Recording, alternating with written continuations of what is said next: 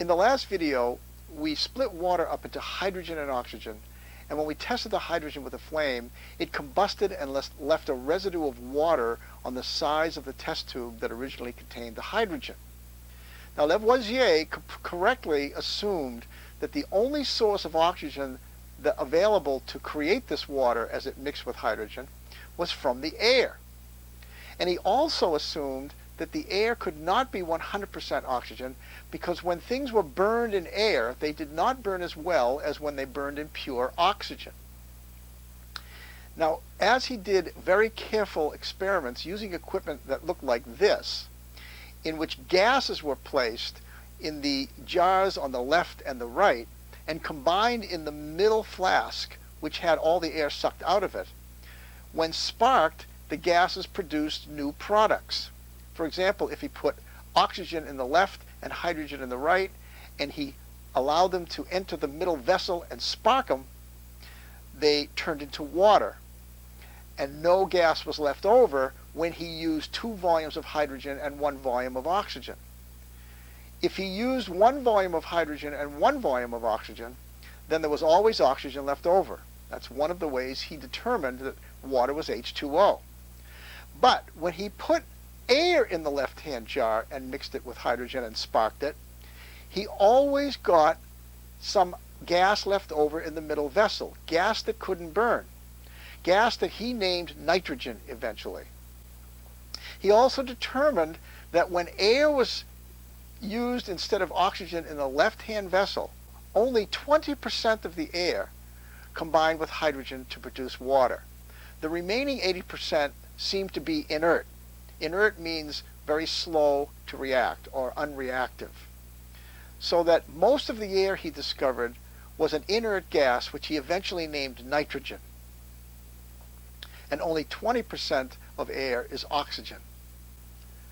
Now this helps to explain why in a previous video where we showed you what happens when a balloon filled with pure hydrogen is ignited, it does combust, but not as violently as when we ignite a balloon that's filled with hydrogen and pure oxygen. In both cases, we're creating water. In this white balloon, the hydrogen must mix with oxygen from the atmosphere, which is only 20% of the air, and so the reaction is slower. But in the blue balloon, where the oxygen and hydrogen are combined, the oxygen is so much more concentrated that the reaction is much faster. So we're oxidizing the hydrogen in both cases. Now this idea of oxidizing is also used to explain how iron turns into rust. Rust is iron oxide. And when you mix oxygen with mercury, we get mercury oxide. This new idea that when metals corrode, they're basically becoming oxidized was introduced by Lavoisier, and he renamed many compounds oxides of metals. Furthermore, this helped Lavoisier explain what happens when things like wood and candles burn. He now understood that the process of combustion was simply the process of oxidation, by which oxygen combines with materials to release heat and form oxides of the material being burned. Lavoisier did not believe the phlogiston was released from wood as it burned, as Priestley thought. Rather, he believed that gas from the atmosphere, when combining with the wood, produced the flame and made the wood turn black and then glow red.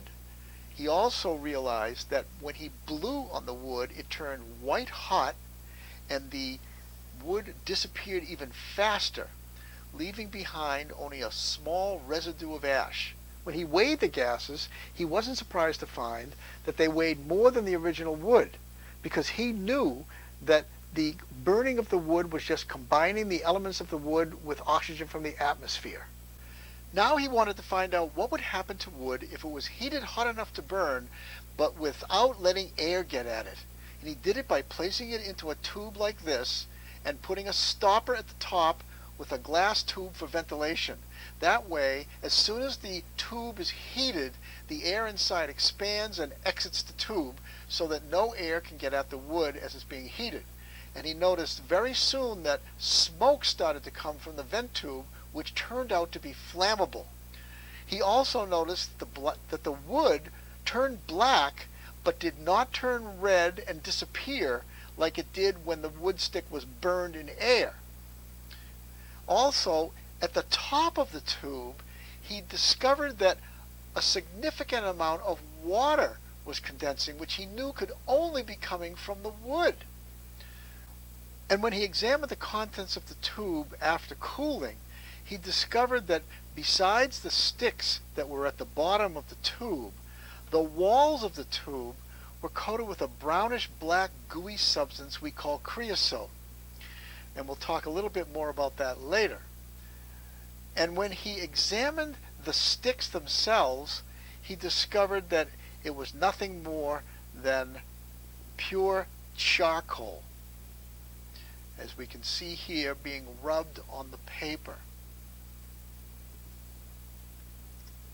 Now let's focus our attention on the creosote-lined test tube that developed at the beginning of our experiment when we heated wood in the absence of oxygen.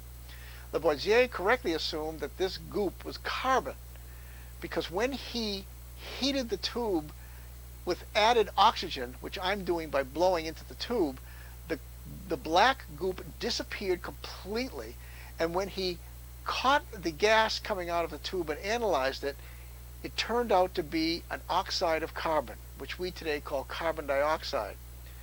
After just a few minutes of heating, the carbon completely disappears. This made Lavoisier certain that wood was comprised of three elements: carbon, hydrogen, and oxygen. The carbon stayed at the bottom of the tube, but the oxygen and hydrogen turned into water. When we take the carbon that resulted from the experiment and heat it in the presence of oxygen, it acts just like the wood that burned in air at the very beginning of the demonstration. You can see clearly that the carbon glows just like the wood did and eventually disappears with only a small amount of ash remaining. This black substance was considered to be an element because no matter how much Lavoisier heated it in the absence of air, it did not break down. Now, Priestley also understood that burning candles changed the air, as Lavoisier believed, but Priestley thought that when a candle was burned in a closed space, that the air actually became fixed. He did not understand what was happening. He thought that the air was absorbing phlogiston from the fire. And he thought that plants removed the phlogiston and cleaned air out. Lavoisier, on the other hand, now realized that when the candle burned, it was combining with oxygen from the atmosphere to produce carbon dioxide and also water. And he finally realized for the first time that there was a connection between burning candles, burning wood, and animal respiration. He realized that when an animal ate vegetation, it burned inside the body and the animal produced carbon dioxide and water just like burning wood does. So he was the first one to make the connection between animal respiration and combustion. Now, of course, Lavoisier understood that although the reaction of wood burning and animals respiring may be the same, there were huge differences. Animals don't burst into flames. They burn their food more slowly in a controlled way. But he realized that the energy that was coming out of the burning food in animals was used to warm their bodies and to move. And when a wooden stick burned, the energy was released uncontrollably with extreme amounts of heat evolving. Now, besides carbon, hydrogen, and oxygen, Lavoisier went on to name at least 20 other elements, including phosphorus and sulfur, and did extensive experimentation on these elements.